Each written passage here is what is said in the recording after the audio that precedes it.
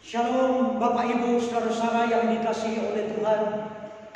Mari kita mempersiapkan hati kita untuk berdoa bersama-sama dan memuji menyembah Tuhan dalam ibadah Paskah hari ini, di mana kita bersama-sama seluruh orang percaya di muka bumi ini dan di kota di mana kita berada akan mengucap syukur karena kebangkitan Tuhan dari kematian adalah kemenangan kita semua, orang-orang yang beriman kepadanya. Mari kita berdoa. Maha besar Tuhan Allah Bapa kami yang ada di dalam kerajaan surga, pada hari ini kami boleh datang menghadap hadirat-Mu.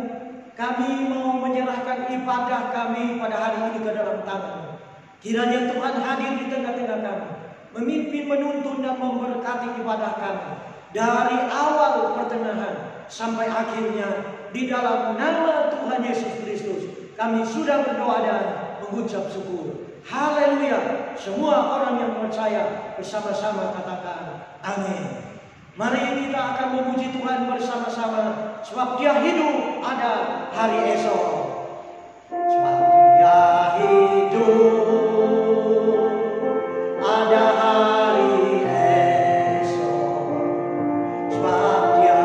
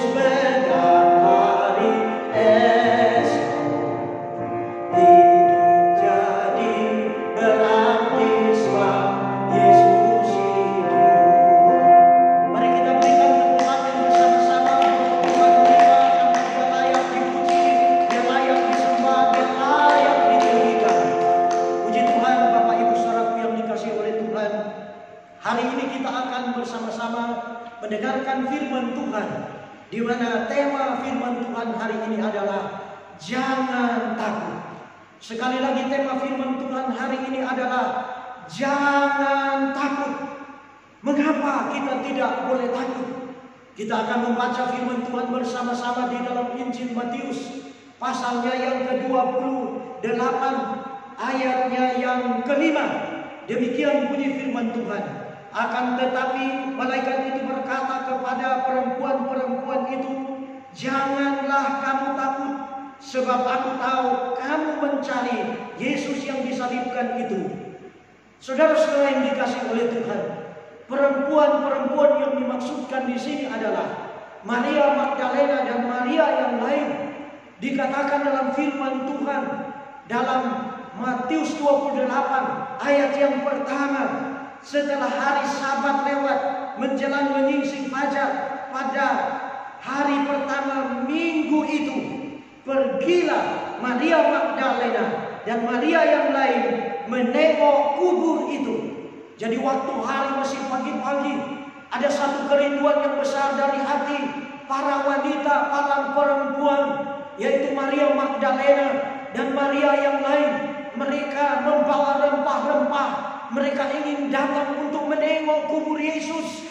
Dan ketika mereka sampai di kubur Yesus, maka saudara-saudara yang dikasihi oleh Tuhan, yang mereka jumpai adalah seorang malaikat duduk di atas batu. Dan malaikat itu menyapa wanita-wanita itu, berkata, jangan takut. Hari ini Bapak Ibu saudara-saudaraku yang dikasihi oleh Tuhan, kita akan belajar dua hal penting dari kebenaran firman Tuhan yang saya akan sampaikan hari ini. Mengapa kita tidak boleh takut? Alasan yang pertama, karena melalui kebangkitan Yesus membuktikan kepada kita bahwa Tuhan Yesus yang kita sembah itu, Dia maha kuasa dan Dia maha tahu. Sekali lagi, kenapa kita tidak boleh takut? kuasa dan Dia adalah Tuhan yang Maha Tahu. Dari mana kebenaran firman Tuhan ini saya ungkapkan atau saya singkapkan, di mana Alkitab berkata dalam Matius 28 ayat yang kedua, dikatakan maka terjadilah gempa bumi yang hebat, sebab seorang malaikat Tuhan turun dari langit dan datang ke batu itu dan menggulingkan batu itu lalu duduk di atasnya. Saudara-saudara yang dikasihi oleh Tuhan kita Yesus Kristus, kuasa Allah tidak dapat dibatasi oleh apapun. Kuasa Allah tidak dapat dihalangi oleh siapapun. Ketika Tuhan Yesus dikubur, maka para tentara Romawi dan serdadu-serdadu serta imam-imam kepala dan ahli-ahli Taurat, mereka menggulingkan sebuah batu dan menutup kubur Yesus dengan tujuan supaya tidak ada yang bisa menengok Yesus, melihat kubur Yesus. Tetapi terjadi gempa bumi, dan oleh karena gempa bumi itu, maka batu yang besar yang menutupi kubur Yesus itu terguling. Dan ada saksi hidup, yaitu di mana ada malaikat yang duduk di pinggir kuburan itu, duduk di atas batu yang telah digulingkan itu. Saudara-saudara yang dikasihi oleh Tuhan, melalui kebenaran firman Tuhan yang kita dengar hari ini, jangan pernah meragukan kuasa Tuhan. Kuasa Tuhan terlalu besar, kuasa Tuhan terlalu luar biasa, dan Tuhan sanggup dan mampu untuk melakukan perkara-perkara yang besar, perkara-perkara yang ajaib, perkara-perkara yang dahsyat. Kenapa saya mengatakan bahwa melalui kebangkitan Tuhan Yesus Kristus adalah bukti bahwa Dia Maha Tahu. Sebelum kebangkitan Tuhan Yesus Kristus, Dia sudah tahu, sehingga di dalam Injil Matius pasalnya yang ke-20 dikatakan dalam ayat yang ke-17 sampai dengan ayat yang ke-19, ketika Yesus akan pergi ke Yerusalem, Ia memanggil ke-12 muridnya tersendiri dan berkata kepada mereka di tengah jalan, sekarang kita pergi ke Yerusalem dan Anak Manusia akan diserahkan kepada imam-imam kepala dan ahli-ahli Taurat, dan mereka akan menjatuhi Dia hukuman mati, dan mereka akan menyerahkan Dia kepada bangsa-bangsa yang tidak mengenal Allah, supaya Ia diolok-olok, disesah dan disalibkan, dan pada hari ketiga Ia akan bangkit. Tuhan sudah tahu, Dia Maha Tahu bahwa pada hari yang ketiga Dia akan bangkit dari kematian. Di sini kita melihat bahwa alam maut tidak bisa menahan Yesus di dalam kuburan. Kenapa? Karena Dia Maha Kuasa. Dia sanggup dan mampu untuk melakukan segala perkara. Bahkan penjaga-penjaga yang menjaga kuburan Yesus, ada penjaga-penjaga yang ditugaskan untuk menjaga kuburan Yesus. Penjaga-penjaga itu pun tidak mampu menahan kuasa kebangkitan Yesus. Justru ketika Yesus bangkit, firman Tuhan berkata penjaga-penjaga itu sama seperti orang mati. Mereka tidak berdaya, mereka tidak bisa berbuat apa-apa. Betapa hebatnya Tuhan kita, betapa dahsyatnya Tuhan kita. Dia sudah tahu apa yang akan terjadi di depannya. Demikian juga Bapak Ibu Saudara yang dikasihi oleh Tuhan, di hari ini percayalah bahwa Tuhan memiliki rancangan masa depan bagi setiap kita yang percaya kepadanya. Dalam Yeremia 29 ayat yang ke-11, firman Tuhan berkata, sebab aku ini mengetahui rancangan-rancangan yang ada padaku mengenai kamu, yaitu bukan rancangan kecelakaan, tetapi rancangan damai sejahtera, masa depan yang penuh harapan.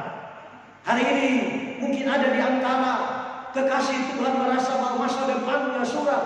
Saya mau katakan masa depanmu tidak suram, karena Yesus hidup dan dia tahu, dia maha tahu, dia punya rancangan yang indah untuk masa depan saudara dan saya. Jadi jangan pernah takut. Saudara-saudaraku yang dikasihi oleh Tuhan kita Yesus Kristus. Lalu kita masuk pada poin yang kedua. Melalui kebangkitan Yesus membuktikan kepada dunia bahwa perkataannya itu benar. Melalui kebangkitan Yesus dari kematian membuktikan bahwa perkataan Tuhan Yesus Kristus itu benar, seperti yang tertulis di dalam Injil Matius pasalnya yang ke-28 ayatnya yang ke-6, dikatakan, ia tidak ada di sini sebab ia telah bangkit sama seperti yang telah dikatakannya. Saudara-saudara yang dikasihi oleh Tuhan kita Yesus Kristus, apa yang dikatakan oleh Tuhan Yesus pasti digenapi. Apa yang diucapkan oleh Tuhan Yesus dari lidah mulutnya itu pasti terjadi. Tidak ada satupun dari firman-Nya yang diperkatakan akan gagal. Semuanya pasti digenapi dengan sempurna, karena Dia Allah yang tidak pernah gagal.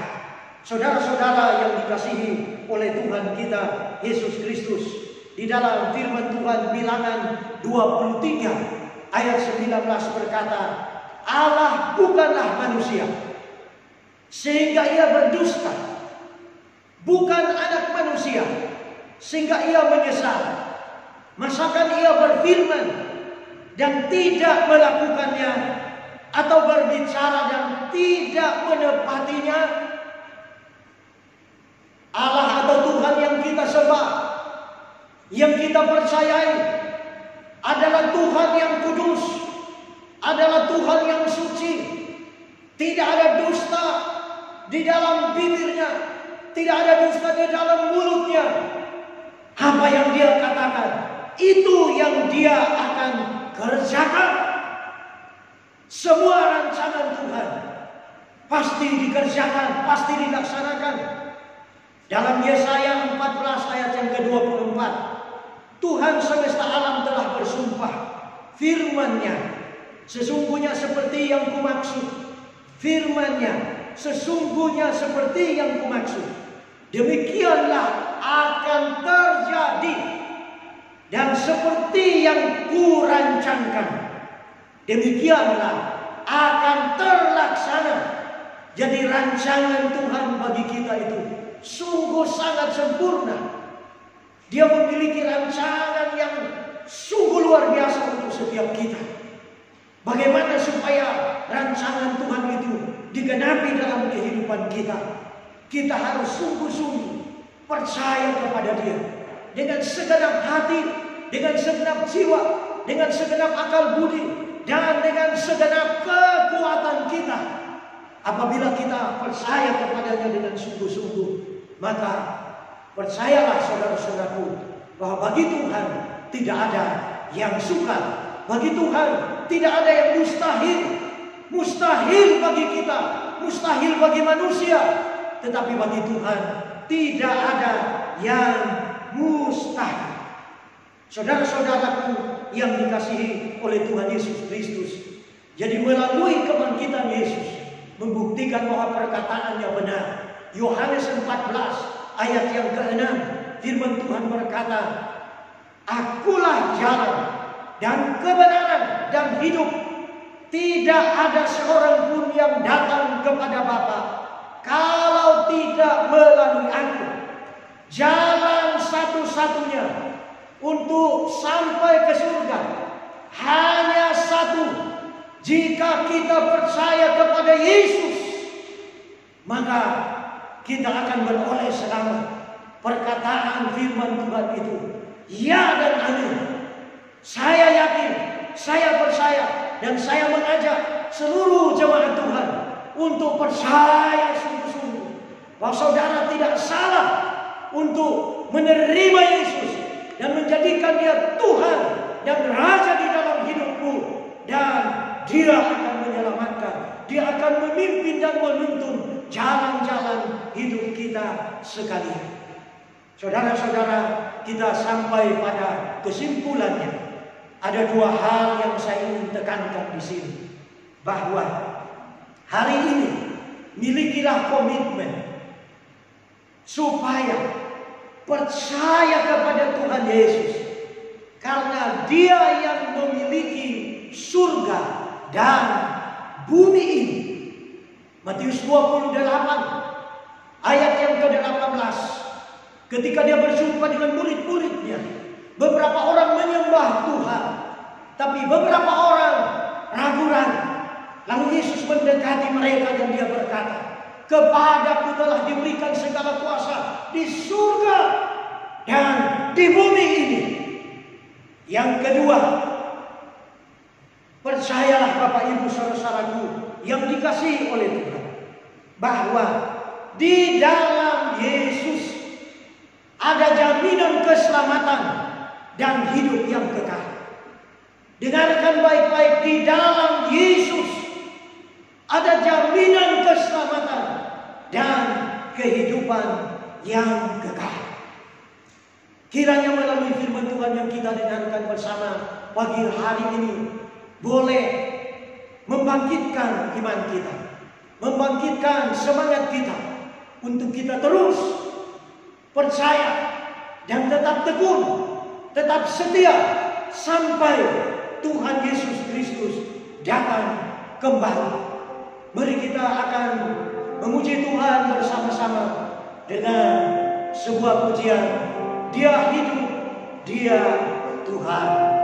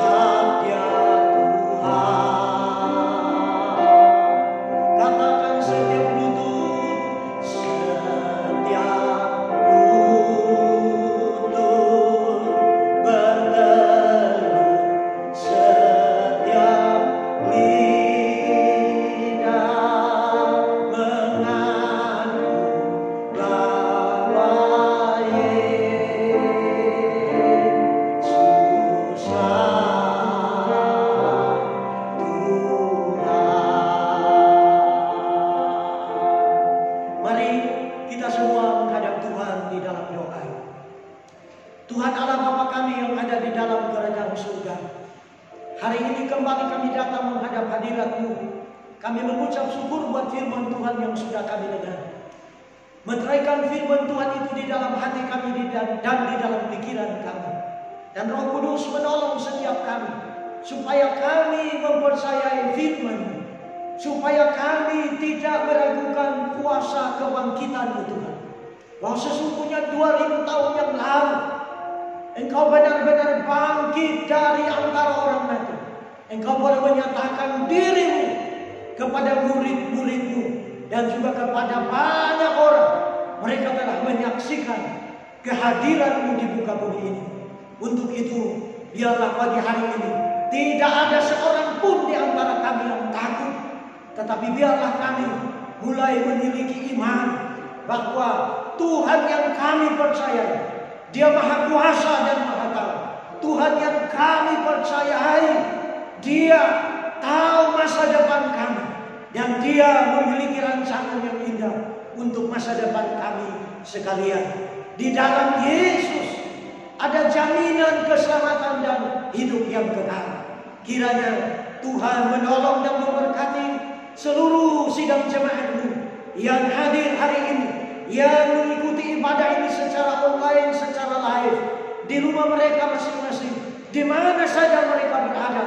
Allah Immanuel ada beserta dengan mereka. Hari ini kami juga berdoa menyerahkan bangsa dan negara kami, pemimpin-pemimpin kami serahkan ke dalam tangan-Mu. Kami juga berdoa untuk wabah virus corona. Kiranya Tuhan menolong sehingga virus ini boleh berhenti menyebar. Kami berdoa kiranya Engkau menjaga dan melindungi bangsa dan negara kami. Kiranya Tuhan menjaga dan melindungi seluruh sidang jemaat-Mu, masuk keluarnya siang dan malam, di mana saja mereka berada. Tuhan mengutus malaikat-malaikat-Mu untuk menjaga dan menyertai mereka. Terima kasih Tuhan. Kiranya Tuhan juga turut bekerja dan campur tangan, memberkati rumah tangga kami, memberkati rumah tangga kami, memberkati pernikahan kami, memberkati anak-anak kami, memberkati sekolah kuliah anak-anak kami, dan segala sesuatu yang kami lakukan. Biarlah Allah turut bekerja dan campur tangan untuk mendatangkan kebaikan bagi kami yang mengasihi-Mu ya Tuhan. Terima kasih Tuhan untuk ibadah hari ini.